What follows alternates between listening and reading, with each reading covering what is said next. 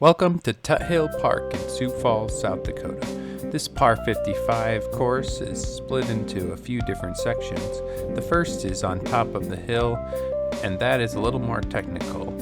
Then there's a long bomb down the hill, followed by a park-like section in the base.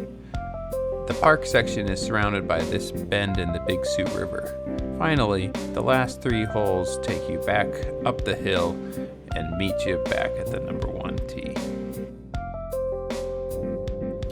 This video is presented by Panhandle Previews. Music by Davis Schaefer. Hole 1 is a 207-foot par 3. Nothing really difficult about this shot. Oftentimes this will play as an island hole in a tournament setting.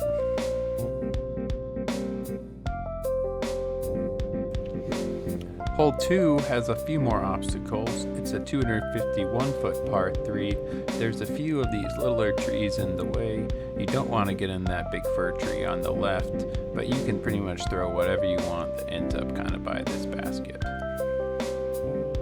Hole 3 is a little more technical and a little longer. At 374 feet, you're probably going to have to reach for something a little faster to make it all the way there. If you're throwing a right-hand backhand, you're probably going to have to flex or ante something around that first tree and give it some time to come back. The wall of trees on the right serves as a fairly good natural OB, and if you put your drive around here, you'll at least have a look. Hole 4 is a 317-foot par 3 that presents 2 options. There's the left-handed backhand or a righty forehand around the outside to the left, or there's this straight gap that I've chosen to show with the drone.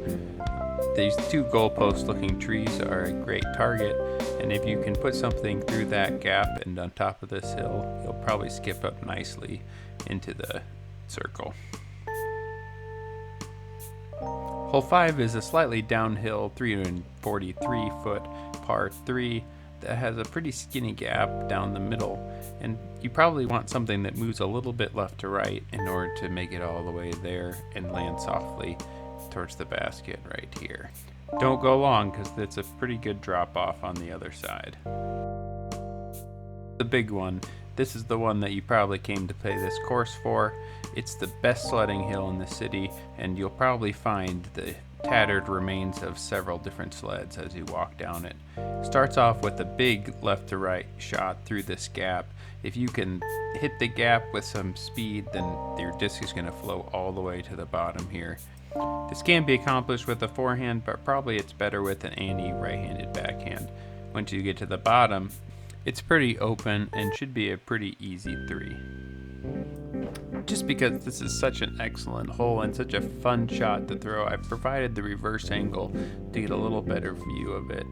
It really narrows at this mouth here, and if you lose your forehand off to the left, you'll end up way up on that hill.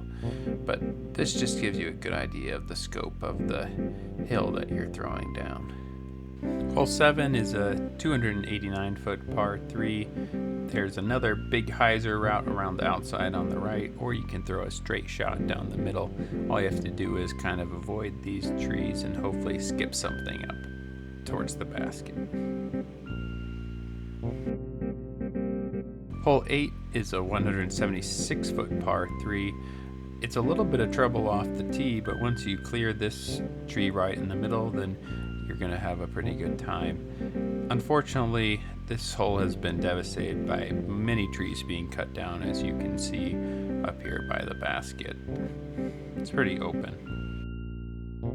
Hole 9 is a 399-foot par 3, another victim of a big tree that used to be up here on the left. Now that it's gone, you can pretty much throw whatever you can get to get it all the way there, and you're going to be okay. A little bit of trouble behind the basket. Hole 10 is a 204-foot par 3 with severe left to right. It's an easy forehand shot or a turnover with a putter. Don't go long or you might be swimming. It also has an abnormally deep basket. Hole 11 starts out a stretch of fairly similar holes. At 399 feet, it does take a nice throw to get all the way there, and the river is on the right. Watch out for these geese as they almost hit my drone. And then you should have a relatively unobstructed putt. Don't go long as there's river back there too. And if you see my yellow Walmart brand mid-range that my dad threw right in the river about 15 years ago, let me know.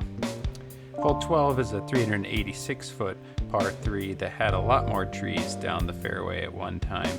Now it's just mostly open and feels a lot like the other holes on this bottom park course. Pretty open around the basket as well. Hole 13 is a par 3, and the current location is 284 feet, right out here in the middle of the field. Really nothing in the way. It does have a longer location that's much closer to the river, and once again, used to be behind a big tree that is no longer there. But it's a good one to get a birdie on. Hole 14 is the most challenging of the park holes down here on the bottom. At 458 feet, it is the longest and it bends the most to the right. The river is notorious for catching discs on this hole as well, so watch out for that.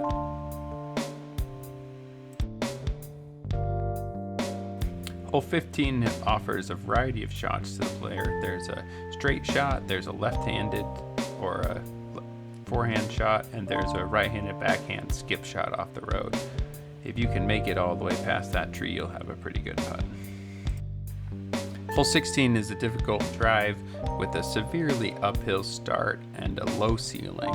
You'll want to sneak just over the top of this hill, and you'll find the basket hiding in the mouth of the path. There's also another basket location up and to the right. When you're walking this course for the first time, you might have trouble finding 17. You just want to take that path that's right behind the basket and follow that about 500 feet. Hole 17 is a 246-foot par 3, but it plays much longer than that due to the low ceiling and the uphill nature of this hole. The basket is not viewable from the tee as it's hidden behind this tree and just in front of the next one. Watch out for the private property on the right. Hole 18 is a return to some woods golf, although there's not really a preferred route to take to this hole.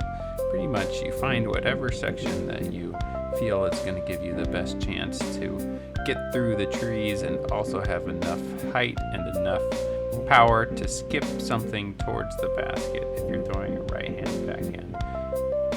Not much around the basket.